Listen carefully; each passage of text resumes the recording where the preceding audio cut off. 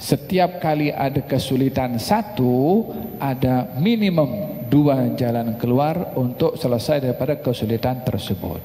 Bagi orang beriman akan punya keyakinan seperti itu. Tapi orang yang lemah iman, dia akan mengatakan tak ada jalan keluar kecuali mati.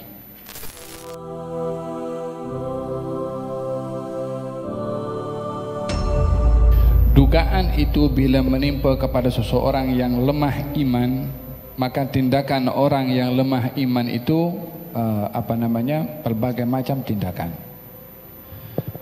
Kita pernah mendengar orang yang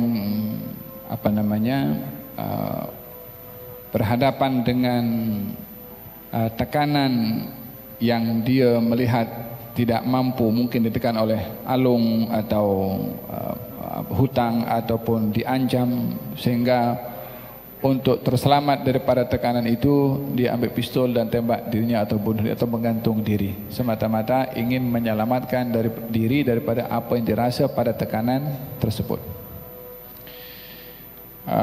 Di akhir zaman dikatakan bahwasanya ada orang yang depresi, yang tertekan dengan masalah kehidupan yang dilalui, sehingga mengharapkan dia yang ada dalam kubur. Dia pergi kubur, letakkan dalam kubur seperti ini. Katanya, andalah saya yang ada dalam kubur ini. Karena mengharapkan dia tak mampu menghadapi musibah yang berhadapan dengannya, dan menyangka kalau dia mati dia tak akan berhadapan dengan musibah yang sedang dia hadapi pada saat itu. Kita diajarkan di dalam hadis Nabi Muhammad SAW untuk memiliki harapan. Dan kita diajarkan agar supaya berkeyakinan setiap permasalahan yang kita lalui mesti ada jalan keluar. Fa inna ma'al usri yusran, inna ma'al usri yusra. Pada setiap kesukaran ada kemudahan, dan pada setiap kesukaran ada kemudahan. Nabi bersabda, dalam satu kesukaran akan ada jalan keluar 2. Karena pada ayat ini Allah Subhanahu wa taala menyebutkan, inilah kalau dalam ilmu nahu, fa inna ma'al usri yusran. Jadi ma'al usri itu al-usri kesukaran, ada alif lam. Yusran kemudahan, tapi tak ada alif lam. Ayat yang kedua, inna ma'al usri yusran. Kalimat al-usri ada alif lam, itu artinya kesukaran. Yusran kemudahan, tak ada alif dan lam. Jadi 2 kali ayat itu diulang oleh Allah. Dua-dua mirip tapi tidak sama. Apa perbezaannya? Kalau 2 ayat itu sama, dalam Quran itu tak ada 2 ayat punya maksud yang sama, tidak ada. Kalau satu ayat dengan ayat yang lain maksudnya sama, ada pengulangan. Kalau pengulangan itu dengan maksud yang sama, maka seakan-akan Allah mengulang sesuatu yang sama. Dalam bahasa Arab, kalau orang berbicara diulang 2 kali dengan maksud yang sama, itu tidak menepati fasahah dalam pembicaraan, tapi sekali saja. Oleh sebab yang demikian, setiap ayat dalam Al-Quran berulang pasti punya maksud yang berbeza.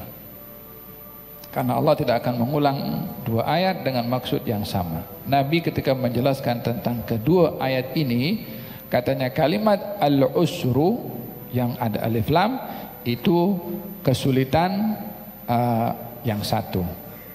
Kalimat yusran diulang 2 kali, tidak pakai alif lam, menunjukkan perbezaan. Yusran pertama jalan keluar kemudahan, yusran yang kedua jalan keluar kemudahan yang kedua yang berbeza dengan yang pertama. Setiap kali ada kesulitan satu, ada minimum 2 jalan keluar untuk selesai daripada kesulitan tersebut. Ayat ini berbicara tentang harapan, hope.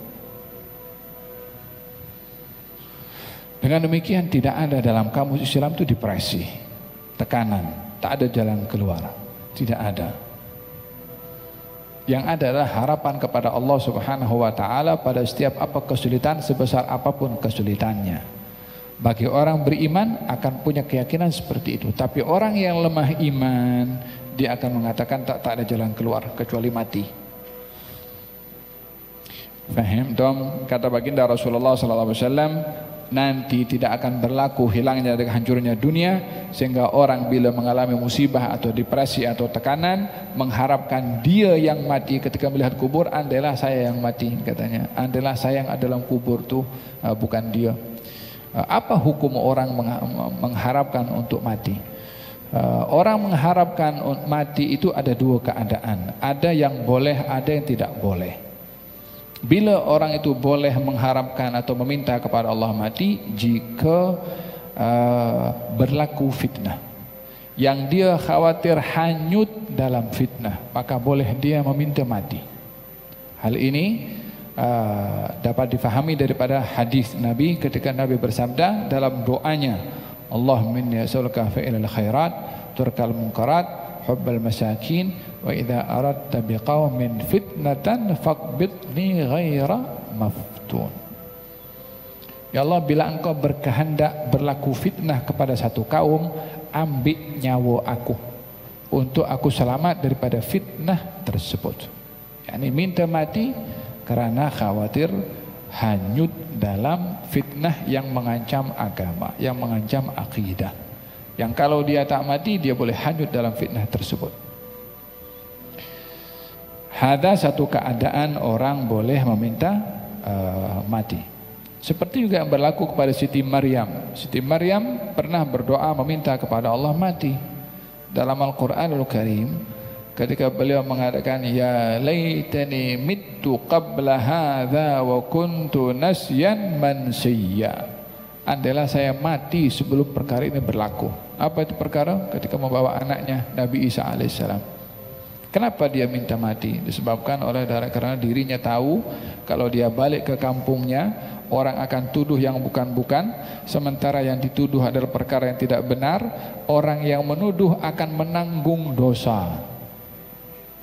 Dosa qadzaf, dosa tuhmah, dosa hina, macam-macam dosa. Siti Maryam mengharapkan mereka itu terselamat daripada dosa ke atas apa yang berlaku kepada Siti Maryam. Andailah saya mati sebelum ini sehingga mereka terselamat daripada dosa. Ini bahagian daripada situasi yang seorang boleh meminta mati kepada Allah Subhanahu wa taala. Selebihnya itu tidak boleh. Apa sebabnya?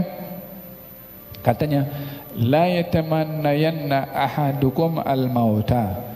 Jangan ada seorang pun daripada kamu yang meminta kepada Allah untuk mati. Apa sebab? Kalau dia orang baik, maka dengan umur yang diberi, dia berpeluang untuk menambahkan kebaikan dengan amal ibadah. Kenapa dia minta mati? Kalau dia orang tidak baik, dia berpeluang untuk insaf dan bertaubat dan kembali kepada Allah. Kenapa pula dia minta mati? Yang ketiga, katanya ingkan walabud, yani kalaupun mesti juga minta mati, disebabkan oleh karena situasi yang berat dilalui olehnya. Katanya dia berdoa kepada Allah, kata kepada Allah seperti ini, ya Allah, hidupkan aku kalau kehidupan memberi kebaikan, dan matikan aku jika kematian memberi kebaikan. Tetap diserahkan kepada Allah Subhanahu wa taala, tapi untuk dia finish kehidupannya dengan meminta mati tanpa sebab tidak diperbolehkan dalam syariat kita. Nah, gerak.